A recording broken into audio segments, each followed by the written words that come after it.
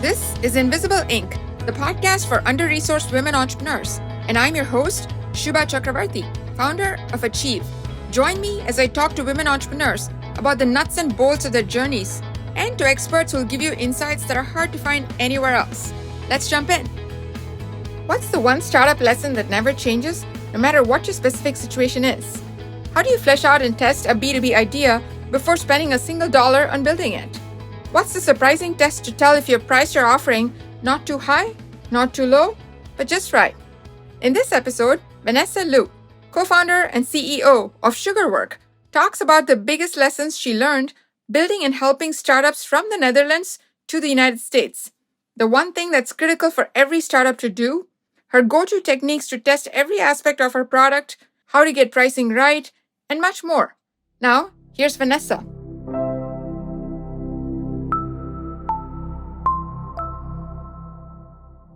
Hello, Vanessa. We're so excited to have you here today. Thanks for joining us on Invisible Inc. Thank you so much for having me, Shubha. So we've got a lot to talk about. Let's start off with your early career. You spent quite a bit of time at McKinsey, but your experience there was not that of the typical consultant. So what were your biggest learnings there? What was your involvement and what did you learn about starting businesses while you were at McKinsey? Yeah, well, maybe I should just preface it by saying why I went to McKinsey in the first place. Like, I was an aspiring astronaut for many years until I was almost about to graduate out of college. And it was only during my senior year that I realized, wait a second, I might be working on something very small for about 10 years on the research side and not be able to have the impact that I wanted. So I started meandering. And I came to business because I realized that there are so many instances of economic development and work that you can do to spur on economies and also to create jobs. And so that's how I came into McKinsey. And the technology side was what I fell into during my third project. I was asked to work on creating a free internet service provider back in the day when that was a thing. And I was doing that for the Dutch market. And so I was there crafting the business plan, trying to figure out what that could look like for the Dutch market. And then when the client said, go, could you just go and build this for us? I started working with web designers and engineers so that we can get this off the ground. And in 8 months' time, we were able to launch the fourth largest free ISP in the Dutch market, which was exhilarating.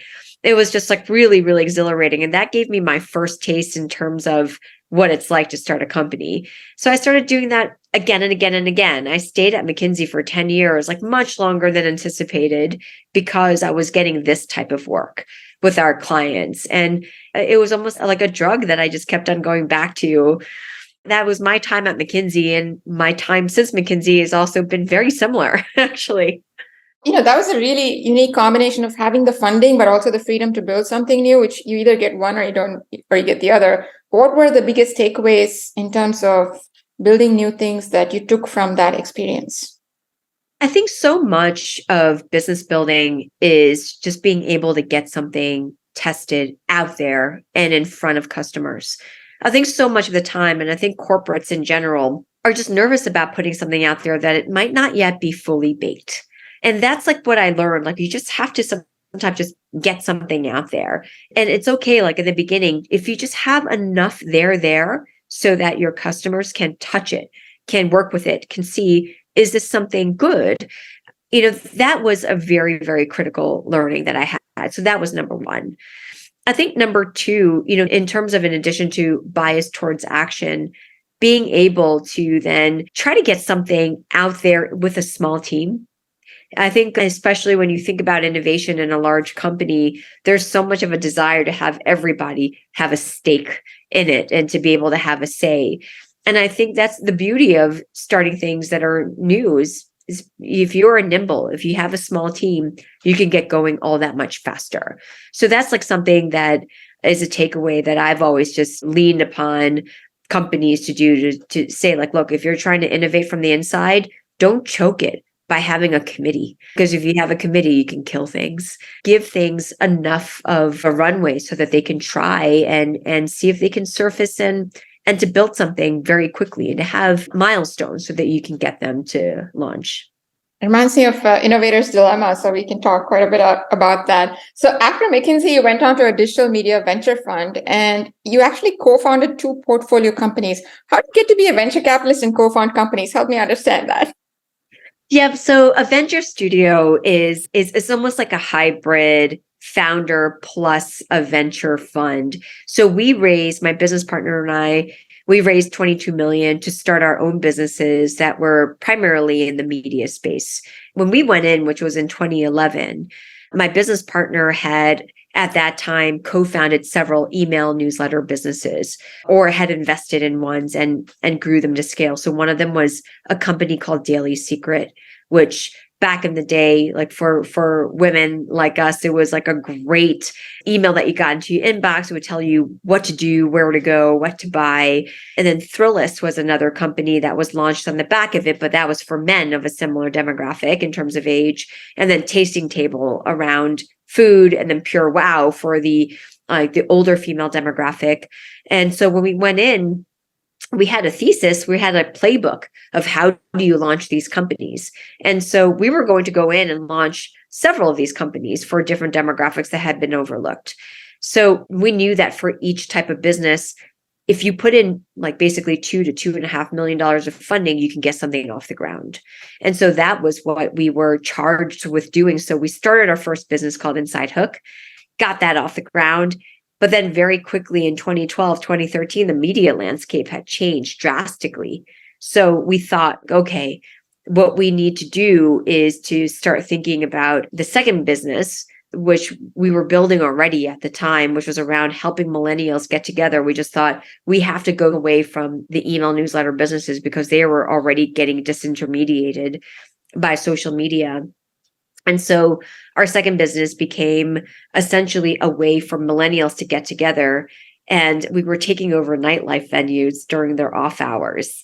And that was the nature of our business because we just thought that's remnant inventory that clubs aren't using. And very quickly, people on the sales side of the Yankees who were getting invitations to these events that their friends were hosting using our platform said, did you ever think about using your platform to sell group tickets on the live event side? And we had been thinking a lot about this, but that was like the call that we were waiting for. So I was a CEO of the business at the time, pivoted the business to that area as to what it is today. And so it's a Series C venture-backed company all around powering the group ticketing for a lot of live events, businesses, and also about 85% of our sports teams in North America. Congratulations. That is pretty impressive. And it's funny because you said that the email newsletter business had gotten disintermediated. And today we have The Hustle, we have Trends, we have the whole Brew series. So it's funny how things change and then they don't. But that's a pretty fascinating story. So then you had another startup experience, I should say, where you went on to SAP.io Foundries, which is their B2B enterprise accelerator. Can you tell us a little bit about that? What was your mission there and what did you pick up through that experience? So this is SAP's early stage accelerators. And towards the end of my time, after 6 years of being a founder and being very, very tired, getting these businesses off the ground and getting them to a specific scale, I decided that I wanted to have more purpose in the work that I was doing. And I had already seen firsthand that many people of color and many women were just getting left out of the funding equation. And the reason why I knew this was because many of them were coming to me asking for funding. And even though that was not really the model that we had, we were not a venture firm that was handing out money. We were starting our own ideas. But I was giving a lot of advice to these founders.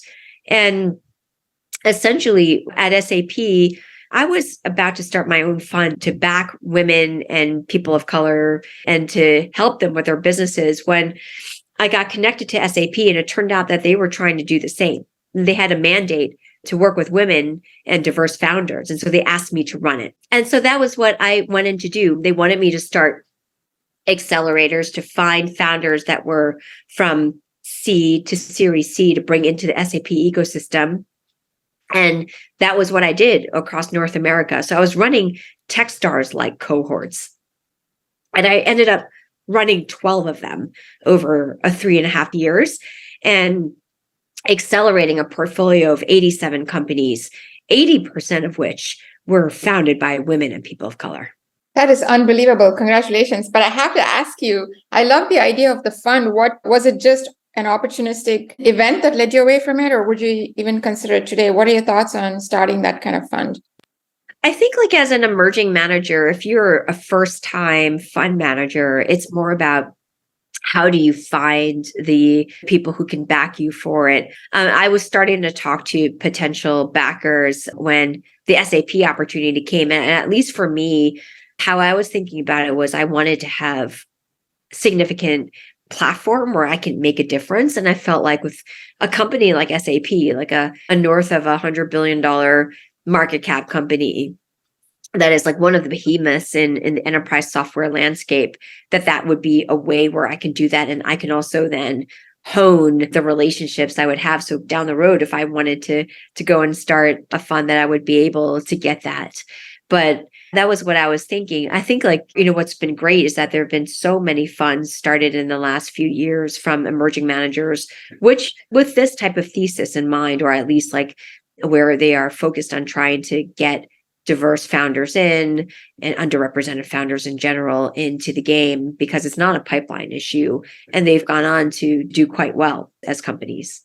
Excellent. So now you're coming fresh off all of these diverse experiences in the startup journey. So where's your mind at after your SAP experience, and what were your biggest kind of takeaways from that entire stretch from McKinsey all the way to SAP? I look at business building as a way of solving problems. And for me, I felt like my time at SAP was a way to see what was out there. What are the different technologies that are being used? And how can you, at scale, solve some of the biggest problems out there? I've been interested in longevity and aging for a very long time, ever since I was in college. And I just felt like that was an area that was being overlooked. Like I just didn't see enough investment in the space. I felt like there was so much focus on youth right before the pandemic, right? There's so much focus on millennials and Gen Zs and products and services targeted at them. And I'm like looking around, but wealth is concentrated a lot in people who are older. And there's going to be a very significant wealth transfer moment with baby boomers now aging. And when I was leaving SAP, I knew that I wanted to go back to business building, and I wanted to focus on building a series of businesses around the longevity space. So I decided that it was time for me to go to leave SAP. I had tested the idea of starting something new in the longevity and aging space with several different players. And they said, you should just go out and do this, and we would back you. And so when I left, I had several ideas to launch with, and one of them is what I'm doing right now. So ever since April last year, I've been working on creating an HR tech B2B software platform to help companies hold on to their experienced workforce with flexible arrangements and where knowledge transfer is facilitated. So that's what I've been building. And I really just think that there are so many people now who've been working at companies for a very long time. They're now thinking about leaving the workforce, or at least dialing it down. We're going to see a very significant retirement cliff. And I'm looking to build software that could really help them hold on to this knowledge with these employees, and also help these employees think about how do you keep on remaining purposeful and productive for a much longer period of time. That makes a lot of sense. It sounds exciting. So clearly the digital part of your new venture makes a lot of sense, right? That's been a theme throughout everything that you've done. Help me understand, and the longevity makes sense as well, but you could have gone into health, you could have gone into a whole bunch of other potential domains that are all around the longevity. Were there other ideas you considered? And if so, how did you evaluate those, and why did you pick the one that you ended up picking? Yes, I definitely have like a roster of ideas, and some of them are more like healthcare focused. Some of them are more caregiving focused. I picked this one to start off with because I think like when it comes to the future of work, that time is now. And I also feel like I want to think about this demographic not as a demographic that is frail. I want to think about this demographic as one that has so much wisdom to provide and to give, and where if we can create software platforms so that their wisdom can be passed on, that would have a tremendous effect on society. And so that was what I decided to start off with. I wanted to have something that like my parents, for instance, could use. They happen to be owners of their own businesses. So my father runs his own law firm, and my mother runs a jewelry manufacturing and crystallization business. And she has like 30 people. They're in their 80s now, and they're able to keep on working because they've created that for themselves. And I think about the portion of the population that has an employer. They're not business owners, and how it's going to be very important to help companies think about how do you keep this workforce agile and there, because if you see what's going on in Japan, you have people who are working well into their 90s, and not because they have to, even though a lot of people might have to from a financial point of view, but because they want to. It gives you connectivity on a human level. And I think that that's so important. I think work is where I've derived a lot of satisfaction. Same with my parents. So that was why I decided that the work front was an area to start off with. And that makes a lot of sense. We hear a lot about why you, and what is it during the dark moments when you're going to face the challenges. We've all heard the advice that you have to have a personal reason. You have to have some mission-driven reason why you picked this. Somebody asked you that, what would you say in answer to that? Well, I think for me, I was building something where I knew that basically in a few years' time, I was going to be in a demographic where I can experience ageism. I started hearing stories from people who were maybe 5 to 10 years older than I am, and they were experiencing rampant ageism. Like there was this one woman who I know who's been such an incredible marketer and chief digital officer. And she was looking for her next gig around the pandemic. And she said, this one company told me that they were looking for somebody with more energy. And she's like one of the most energetic people that I thought. And I just started thinking like, I need to work on this. And I think women and people of color are disproportionately affected. Like if I don't work on this, there's going to be even more discrimination at that level. And for some people, so I just feel like this is an opportunity to create something that I would want to see in the workplace for myself. I love it. I love it. And I'm totally in support of the whole concept. So you have the idea, you've talked to a few backers, you kind of got some sense that it has legs. What did you do then to test it? What kind of experiments did you run? Can you walk me through some of the early steps you took to validate the idea further? Yeah. So the idea, I only had an idea, but what I did was I put it down on paper and I started testing this with a couple of CEOs and CHROs that I happen to know just to get their feedback. And I was really lucky in that very soon I realized I had 2 companies who were willing to take a bet on me. And they basically said, if you were to build this platform, we would find ways of using it. And so that was what gave me conviction to go out and build this company. So now you've kind of gotten almost like 2 orders. You've gotten enough legs to make sure that there's something in there. Then what happens? Walk me through the sequence of the steps, because B2B is a very different market than B2C. And I think there's not enough knowledge or wisdom out there in terms of how you do it right. What did you do next? Did you come up with a business model first? Did you come up with a prototype? Did you put a development team together? Can you just give us some nitty gritty around how that all played out? How that all played out. So the first thing I did was I raised money, because I just felt in order to do this well, I can bootstrap it, but I won't be able to get the best type of engineers on board. And I knew that in order to get this out there, I probably would need to spend at least $500,000 to $1 million, right? It made me realize like I should just go out and get funding. So I started talking to a couple of potential investors I had been talking to, and they said, we'll back you, which is great. Like I was just very, very lucky.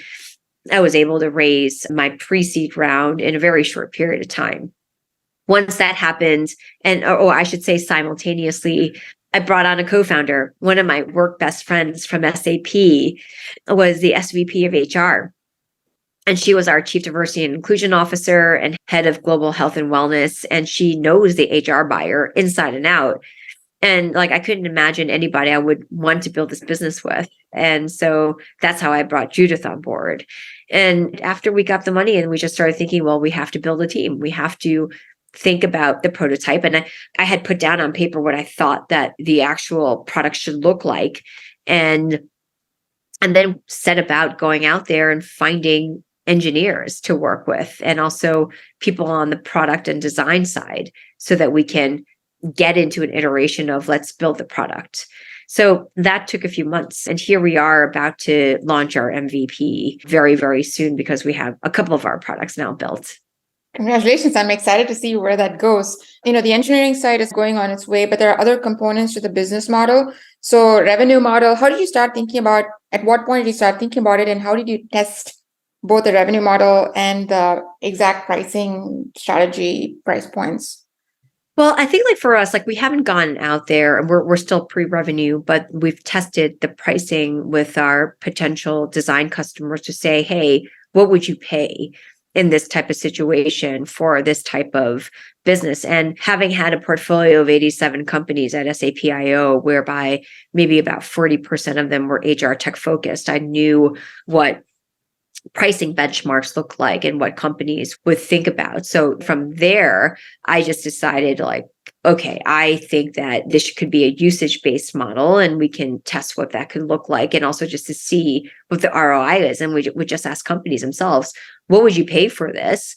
What are the analog types of services you're paying for? How much you're paying there? So you get a sense of what's out there. And the companies that I've worked with, I've always said when it comes to pricing, especially with enterprise, you have to price it based on the value that you're getting. So here, if you're holding on to an experienced worker, and losing an experienced worker can cost upwards on average $350,000 for a company in terms of lost productivity, lost innovation, lost relationships. If I say, hey, I'm just going to take a fraction of that, you're able to hold on to these people for longer. And that knowledge transfer, I'm going to charge you X dollars for it. What do you think? They'll say yes. That's how you gauge it. And that's how you talk to customers about. And I've always said that the moment you know your pricing is right is when your customer grumbles a little, complains a bit, but still pays it. Neither too, the Goldilocks price moment, right? It's neither too low nor too high, just right. Exactly. I love that. So I'm going to keep that in my little notebook for future. One other question. So you had the benefit of knowing what the market was and knowing your domain very well. In the B2B market, let's say there's someone else who doesn't have that insight. What recommendation would you give? Let's say it's a portfolio company in one of the cohorts that you oversaw during your SAP days. What advice would you give a founder in the B2B, particularly the tech space, to get better understanding of what potential pricing points could be? I think so much of this is about going out there and doing the benchmarking and thinking about your value and knowing what pain point you're solving for. I've seen so many companies build beautiful product, but I'm always well, it's beautiful, but what problem are you solving for your customers? If you don't understand that well, then you can't price it adequately. And so I always tell the companies I work with, you have to understand what it is that you're solving for and to ask, what are their alternatives for solving that? And then you could see basically on the back of that, how much value you're probably providing. So the value-based side is so important. I know so many companies that go in, they're yeah, I'm pricing this at $500 a month. I'm why? That just sounds so low. Is that all you're going to charge an enterprise? Just based on that? They're yeah, because we don't want it to be too low. I'm how are you gauging this at all? I think you have to go out there and really understand your customers. And so I think that talking to potential customers, understanding where they're coming from, there's nothing compared to that, getting that real life. That makes a lot of sense. So is it fair to say then that at least in this B2B space, having domain expertise is more important than maybe a B2C space where you can come in and make it easier to gain a foothold? I think it's you have to know your customer well. I think you have to know what it is that they're willing to do. I think domain expertise in B2B is so important. A lot of people think that B2B is unsexy because it's just not what people think about. But I find it extremely exciting if you're solving a company's very big problem for them, right? What's keeping them up at night? That's exciting. You could get 6-figure deals and 7-figure deals that. That I think is very exciting, but the sales cycle is much longer as a result. Got it. And to that point, how do you think about the customer acquisition model once you're past this beta and kind of into more of a end state type of or growth situation? Yeah. So what we're trying to do is to make sure that we can have something repeatable. So the way that we see it in the beginning, we have 4 design partners that we're going to work with. So we're going to see how it works in the wild within their companies. And they're very forgiving. Like they know us and they would forgive us. And if we make mistakes, once we get that product down and we think like there's something there, then we would just turn on and be like, can we sell this to other customers? Can we make them use kind of like user studies and use cases so that we could take it to other customers? So that's what we're going to do. And so we could have something repeatable. So it sounds like that's a model that you could pretty much lift and shift into any B2B situation where you use each client as a use case, you collect the data, you go in knowing that you have to be able to prove something to your next customer, and then you keep kind of iterating on that and improving it with each new customer. Is that kind of how you would think about Yes. a customer acquisition model? So that brings me to the question of collecting data and being very thoughtful and intentional about whether it's product building, design, testing, that you have to be very data oriented. Are there some general principles in terms of how a founder should think about what kinds of data she should collect or how she should go about doing it so she doesn't overwhelm either herself or her team in the process of doing that? The great thing is that you have so many tools out there to capture this data. Like, how are customers using your piece of software? Where are people dropping off? Where are they spending a lot of time? And you could use like sites like Keep, for instance, and they can provide you the telemetry in terms of what is going on. So I think that's very, very important to have those feedback loops in place. Like we're going to be very data driven in terms of what it is that we're going to try to do. If we see people getting stuck, we're going to try to understand why are they stuck, and so that we can unpack that and remove the friction, because so much of being able to hone software is understanding where the friction points are. Like when you pick up and use Airbnb right now, right? It's so easy to use, but that's come from years of testing, of using it with consumers who were able to say, oh, this was really hard for me to find. And so this is like what I'm going to do to change that. Got it. So building on that, we've talked about some of the most critical, call it market-facing capabilities. One other piece that I've heard come up again and again, especially in this market, B2B enterprise market, is the ability or the need to keep your customers happy, because each customer is different. Each one's a pretty high ticket deal and everybody wants it a little different and everybody wants it just their way and not somebody else's way. So there's 2 problems with that, potential problems. One is in terms of product design, how each person wants it kind of just their way. And then secondly is how do you keep this customer happy and serviced, preferably over the long term? So how are you thinking about those 2 aspects as you grow and build out to full scale? Yeah, I mean, that's something that we're thinking about right now. Like, how do you work with your early customers where they might have a lot of requests? And there's always going to be a question of, is this a request that's only going to be idiosyncratic for this organization? Or is this going to be one that many other customers are going to ask for? Making that difference to say like, hey, this is something we can do. That other bit, we don't see other customers using it. We might put that farther down on the roadmap. But being able to be very open with them about it to say, does this work? Like, what else do you need to see? And making sure that you have that open dialogue for feedback, and where they are part of the design process, which is super exciting, and also where they can get first dibs on a particular product feature. Got it. That's pretty helpful. So then coming back to a slightly different piece of the whole puzzle, this is a long cycle process where you start off, there's several months, you have multiple folks who are in the picture. How did you and your team hold yourselves accountable to the progress? And especially given that you took on pre-seed funding, to what extent were they involved in terms of setting the milestones, and how often did you have to interact with them internally as well, and then also with investors? I think like internally, I mean, a lot of the goal setting, like it comes from my co-founder and I. We basically said, well, for the first year, I know what it's like to get to the next tranche. I'm like, we got to get at least 10 customers using this and to see how this goes. And so that's really important. In terms of investors, they provide feedback on the milestones that we provide. And that's, I'm really lucky in terms of having very understanding investors who are just like, yes, you know what it is that you're doing because you're an experienced founder. At least this is your 3rd go around. And so you know what it is that you need to go after. So you get a little bit of grace and a few more degrees of freedom than potentially a first-time founder. So then coming back then again to the funding question, you've you've gotten your pre-seed funding and you need more funding. How do you think at the get-go, how did you think about funding? How are you thinking about it now? And how do you prepare yourself for the fundraising that's going to come down the line?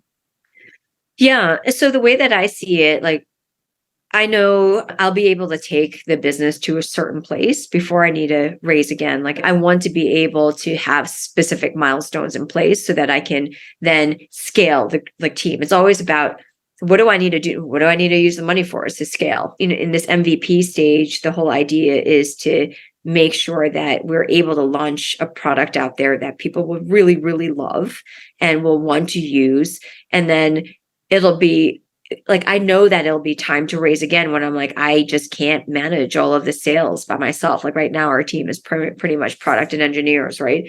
And in the moment when that happens, I'll gladly try to hire salespeople because we're bringing revenue in. And can we step that up? So that's like what we're going to try to move towards, and think about the milestones. Like I usually tell companies, for seed, that means you have a product launched. You also have like some type of traction with customers, some type of early signs of product market fit. When you get to an A, you have to have product market fit there, and you have to have some type of repeatable sales process so that you can just scale that out. So that's like what I'm thinking of in terms of the tranches. And that makes total sense. So can we talk for 1 second about product market fit? I've read a lot of stuff on both sides of the product market fit. There's some who swear by it, won't move forward. There's all kinds of metrics in terms of this is when you've hit product market fit. And there are others who say this is just something that Silicon Valley VC folks made up. What do you think of as product market fit, and what should a founder be shooting for to ensure that she has actually nailed product market fit? When it comes to product market fit, are you able to put out something that is just like not great, but people are just desperate to use it? They're just like, oh, I cannot imagine life without this. That's when you know you have product market fit.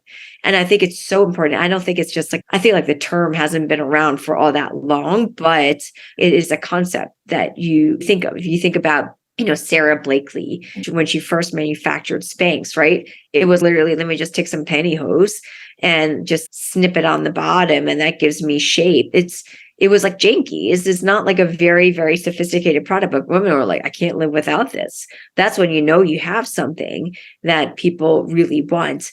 And that's the aha moment that you're trying to look for. Do you have something that companies are like, oh, this is so good in comparison to how we would do it beforehand? So that's, I think, is so key to look at. So then there's two aspects to it, right? There's one, you as a founder need to be convinced that you found it so that you can then go ahead and scale that, whatever that moment is, that inflection point. How do you know that you don't have false positives if it's just one customer? And then secondly, what do you need to demonstrate to investors that you have indeed found product market fit? Yeah. So I think like having the repeatable sales process, I think here, founder-led sales can get you very, very far. And I know that right now that's where we are in the business. Like I can call upon, I'm lucky, like probably more than a handful of companies to say, hey, will you try my product?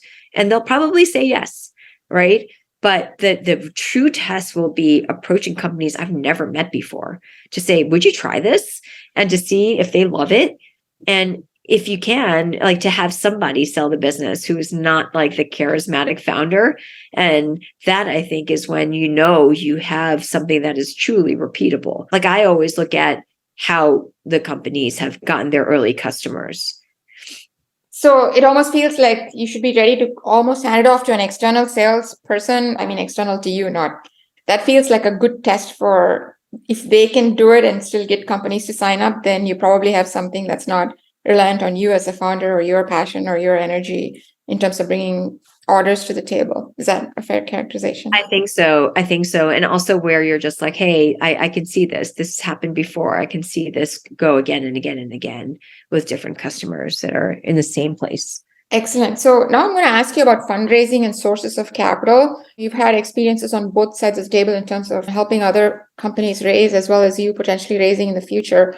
How do you think about a company developing a capital stack?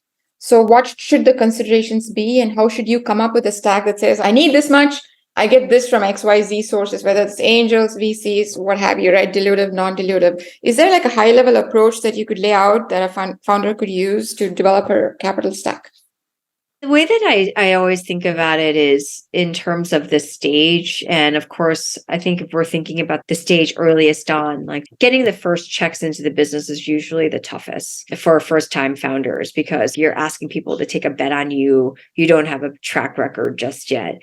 And like I always think about trying to go for as supportive of an investor base as possible. That's the first and foremost thing that I look for. And then I start thinking, how much do I need? And how many investors do I actually want to handle? Because you don't want to have so many investors to speak to. That's a lot of work, a lot of investor management that would waste your time. So I think it's important to get that right. Like, so if you're raising $1 million, it makes sense to me to be like, hey, I'm going to cap the investors at say 10. So on average, that the check size is 100,000. Now, not many people can write a $100,000 check. So that's just something to keep in mind. But if you're asking for that type of money, you probably have at least something to prove to go out there with. That's how I would think about it. I also think about getting investors on board at the get-go who can help you with the business. Like I happen to have incredible angels who are in areas that I know I'm not great at. Like I'm not a technical co-founder. I'm not somebody who has been an engineer before, but I have somebody who is the CEO of a company, but he's essentially been their head of product. I have another investor on board who's a CTO of a very large e-commerce business. I have somebody also on board who is an incredible tech recruiter. So they're able to help me because angels in the beginning want to help you because that's part of the fun of being in a business in the first place. And so thinking through strategic angels to bring on board is very important. Great. And that triggered another question, which is in terms of this board of advisors, some of which can be your angel investors. Do you have any thoughts or counsel suggestions to founders on when they should bring on a board of advisors and what they should keep in mind? Who makes a good advisor, who doesn't, and how to compose that team together so that they have the best shot at scaling this business? I actually think about putting together a board of advisors from the get-go. That's what I did because these are people who can help you in areas such as somebody who can help you think about the product and the engineering side, somebody who can help you think about sales and marketing if you need that, somebody who could help you think about customers. And that's like another area. I think it's so important to have that from the get-go. It's a very, very tough way of starting a business without having those types of people in your back pocket who you can lean on for relationships. How to know if somebody's going to be a good advisor or not a great advisor? What is the test for that? I don't offer people advisory roles from the get-go. I need to get to know them. It has to be people that you trust. It has to be people that you think can really add value. And that's so important. And also asking other founders, have they worked with these people before? What is their reputation? It's so important. I work with people that I tend to know, or I know other people who've worked with them. So it's like a very, very tight-knit type of vetting that I have. It works for you, and I can certainly see why it would work. It definitely de-risks a lot of the volatility you'd face early on. So then kind of coming back to your journey as an entrepreneur in this entire setup, was there any other support that you discovered or realized that you needed along the way? If so, what was that kind of support and how did you get it? I think like for me, whenever you're building a product, it is always about getting the constant feedback, getting people out there. Because it's my third go around, I knew what it was that I needed to do, like stack the chips, have advisors from the beginning and to work with them. Though no matter what, when you're putting together a new team and you're thinking about the dynamics there, you just never know. Like when you're working with people for the first time, like on the engineering or the design side, are they going to fit with you culturally and what's going to happen there? So giving yourself the leeway to work with people because you won't really know how you gel until you start working with them. And so planning for that, because like sometimes the first people that you get on board, sometimes they're great and they are the right hires and sometimes they're not. And so just to be aware of that is very, very important. Got it. And what have been some of the challenges that you've faced? Clearly you come to the game from a very different place than what I'll call a typical first time or even a typical founder. Have there still been challenges? And if so, what kind of challenges have they been? I think for me, it's always like about the people challenges. Like I want to make sure that we are cultivating a culture of excellence and that we have a team that is just working so, so well together. So I think in the beginning, my big challenges have been like on the people front, have been, are we getting the right hires? Always this, it takes you longer than anticipated.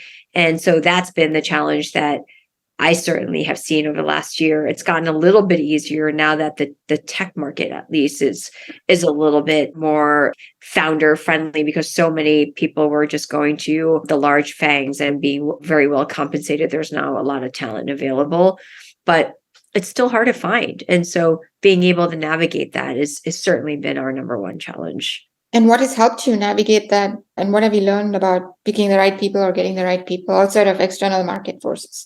For us, it's actually having the people to help you vet. And so that's what I lean upon our advisors for. Can you suss these people out? Can you just give me a perspective of what you think about them? Have there been any inner challenges in terms of dark moments where you've been tested? And if so, how have you overcome those? Not this go around, thank goodness, because I feel like everything I've seen, I'm like, I've been there, done that. So nothing really faces me. On the flip side, has there been any moment in this journey which has been like a highlight that you feel really good about that you didn't expect going in? Nothing that I didn't expect, but nothing feels better than showing your product to a customer for the first time and they say like, wow, this is great. I want to use it. It's a high that I get every single time. You want to keep getting that high, right? You never want to get desensitized to that high. And as an Asian and as a woman of color, what would be your comments in terms of the founding journey itself and any bits of wisdom that you would offer to others like you?